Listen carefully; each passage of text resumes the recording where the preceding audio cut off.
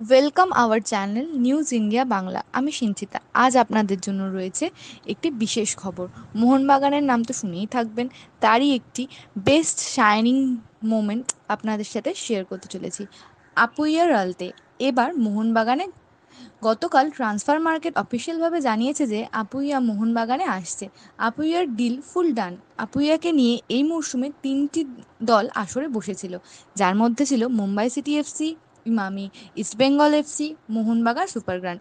দুই দলকে অবাক করে এবার আপুইয়াকে সাইন করালেন মোহনবাগান।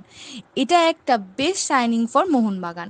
মোহনবাগান সচিব দেবাশিস দত্ত বলেছিলেন, আপুইয়াই নয়, মুম্বাই নয়, মোহনবাগানে খেলবে, অন্য কোনো দলে নয়।